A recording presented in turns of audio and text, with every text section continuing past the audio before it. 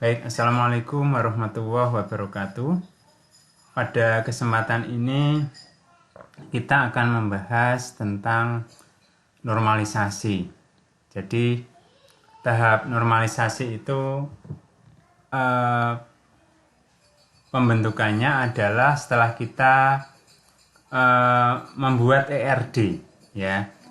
Jadi normalisasi merupakan proses pengelompokan elemen data menjadi tabel-tabel yang menunjukkan entitas dan relasinya.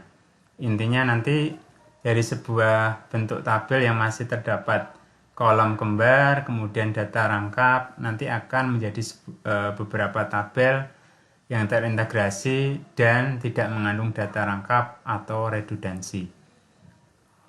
Tahap pertama normalisasi ini ada bentuk yang dinamakan bentuk tidak normal, ya. Jadi data itu dikumpulkan apa adanya tanpa format tertentu. Data dapat tidak lengkap atau terduplikasi. Pada layar monitor di sini ada tabel yang namanya perpustakaan, di mana tabel perpustakaan ini terdiri dari beberapa kolom mulai nomor, nama, alamat, kemudian ada nomor buku, judul buku, ya, kemudian pengarang. Ini ada nomor buku lagi, judul buku, pengarang, lalu nomor buku lagi, judul buku, pengarang, kemudian jumlah pinjam dan tanggal pinjam. Kalau kita baca dari ini adalah dari tabel perpustakaan bahwa dari data yang ada ini satu nomor anggota, ada yang meminjam satu buku, ada yang meminjam ini 2 buku, ya, ada yang meminjam 3 buku sekaligus, ya. Di sini ada keterangannya bahwa atribut bernilai ganda atau berulang. Sudah ada judul buku, ini ada judul buku lagi, ada judul buku lagi, ya. Di sini ada pengarang, ada pengarang lagi. Maka dari bentuk tidak normal ini perlu kita masuk ke tahap normal pertama, ya, normal pertama atau 1NF, ya, mempunyai ciri bahwa setiap data dibentuk dalam file datar atau rata. Data dibentuk dalam satu record demi record dan nilai dari fit berupa atomic value, ya. Tidak ada atribut bernilai ganda. Jadi kalau tadi di sini ada judul buku pengarang, ada judul buku pengarang, ada judul buku pengarang berulang-ulang, ya. Maka di sini akan dirincikan. Jadi tabel kolomnya akan dikurangi bahwa nomor judul buku dan pengarang tadi ada beberapa kolom. Di sini akan dirinci menjadi beberapa baris, ya. Perlu diperhatikan di sini ada 5 baris. A01, A02, di mana A02 ini meminjam 3 buku. Maka di normal kedua ini, ya, di normal pertama maksud saya, ini A02, nomor anggota A02 akan disebut 3 kali karena nomor anggota A02 dengan nama Iwan, alamat Kamboja 29 ini meminjam 3 buku, ya, meminjam 3 buku. Jadi yang berubah adalah ini, ya, ini kolom ini, kolom ini, kolom ini nantinya menjadi baris, ya. A02 Iwan Kamboja, bukunya B01, kemudian A02 yang kedua bukunya B02, kemudian A02 ketiga nomor bukunya B05, seperti itu. Oke, ternyata di normal pertama ini disinyalir masih ada data duplikat, ya, belum ada fit kunci yang unik.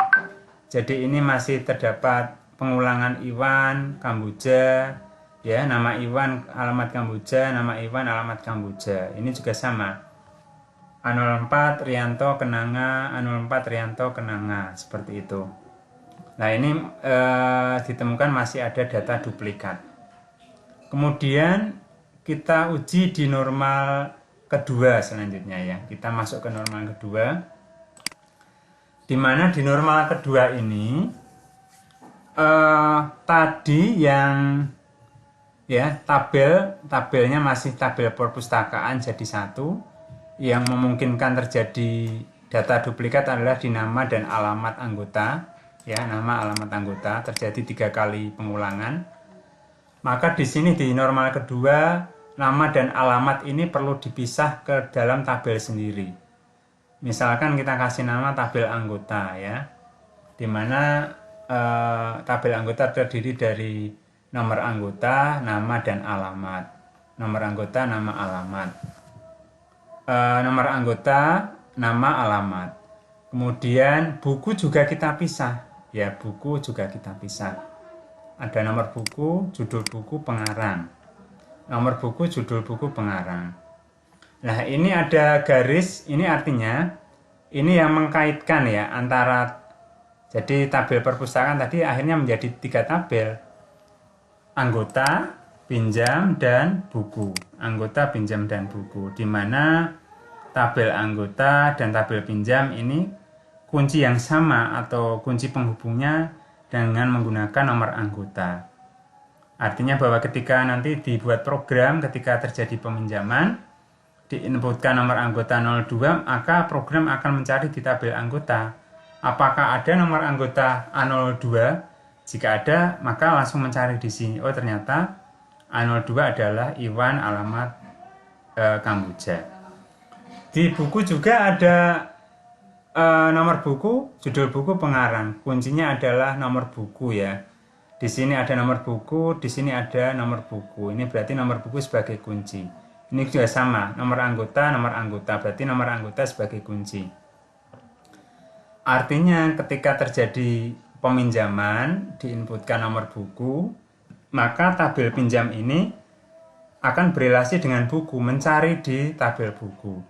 Apakah yang diinputkan tugas B01 ini di tabel buku ketemu? Nah, kalau ketemu maka ditampilkan. Ya. Oke.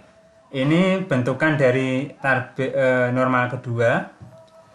Ternyata di normal kedua ini disinyalir masih terdapat data duplikat. Ini ada jumlah pinjam 3, tanggalnya sama, jumlah pinjam 3, tanggalnya sama. Nah, ini sama, ya. Ini juga sama. Ya, A04 ini 2, tanggal sama, 2, tanggal sama. Nah, prosesnya nanti akan berlanjut ke normal ketiga, ya. Jadi 3 tabel ini akan dibawa ke normal ketiga, di mana syaratnya sudah memenuhi normal kedua, lalu atribut bukan kunci harus bergantung hanya pada primary key, ya, harus pada primary key, di mana primary key-nya dalam tabel perpustakaan tadi adalah nomor anggota dan nomor buku, ya. Sehingga pemenggalannya tabel anggota tetap seperti apa adanya di 2NF, tabel buku juga tetap. Yang berubah adalah di tabel peminjaman, di tabel pinjam, ya. Dimana ini tadi yang ditemukan bahwa terdapat data duplikat, jumlah pinjam 3, tanggal pinjam sama, jumlah pinjam sama, tanggal pinjam sama. Ini harus dipenggal sendiri menjadi tabel sendiri dengan kunci nomor anggota, ya. Nah, seperti ini. Jumlah pinjam, tanggal pinjam, kuncinya nomor anggota, ya. Kemudian yang 2 ini nomor anggota dan nomor buku. Nomor anggota dan nomor buku juga menjadi tabel sendiri, ya. Misalkan ini tabel peminjaman, ini tabel pinjam, seperti itu, ya. Di mana tabel pinjam ini dan tabel peminjaman nanti relasinya adalah dengan nomor anggota, ya. Karena kunci nomor anggota ada, di sini nomor anggota ada. Kemudian anggota berelasi dengan peminjaman di sini, ya. Nomor anggota. Buku juga relasinya di sini karena kode buku adanya di sini, ya. Jadi relasinya di buku dan tabel pinjam. Ini tabel pinjam, ya. Ini tabel peminjaman. Ini pemekaran atau perincian dari tabel pinjam yang semula ada 4 kolom dipecah menjadi tabel pinjam, nomor anggota dan nomor buku. dan tabel peminjaman, nomor anggota, jumlah pinjam, dan tanggal pinjam. Itu bentuk normal ketiga. Saya kira di bentuk normal ketiga ini sudah bebas dari duplikasi, ya, seperti itu. Maka prosesnya cukup sampai normal ketiga. Jadi itu tadi kupasan tentang normalisasi dari anormal. Jadi semua kolom dimasukkan, kemudian ke bentuk normal 1, ya, normal 1 masih terdapat kolom yang sama, ya, ini kolom yang sama. Dari anormal ke normal 1 karena masih ada kolom yang sama. Kemudian normal 1 ke normal yang 2 karena ada data yang kembar. Seperti itu. Kemudian di normal kedua ke normal 3 juga karena ada data atau kolom yang datanya kembar. Maka harus dilarikan ke normal ketiga. Jadi, mudah-mudahan bermanfaat. Bisa di review lagi videonya kalau belum jelas. Terima kasih atas perhatiannya. Saya akhiri. Wassalamualaikum warahmatullahi wabarakatuh.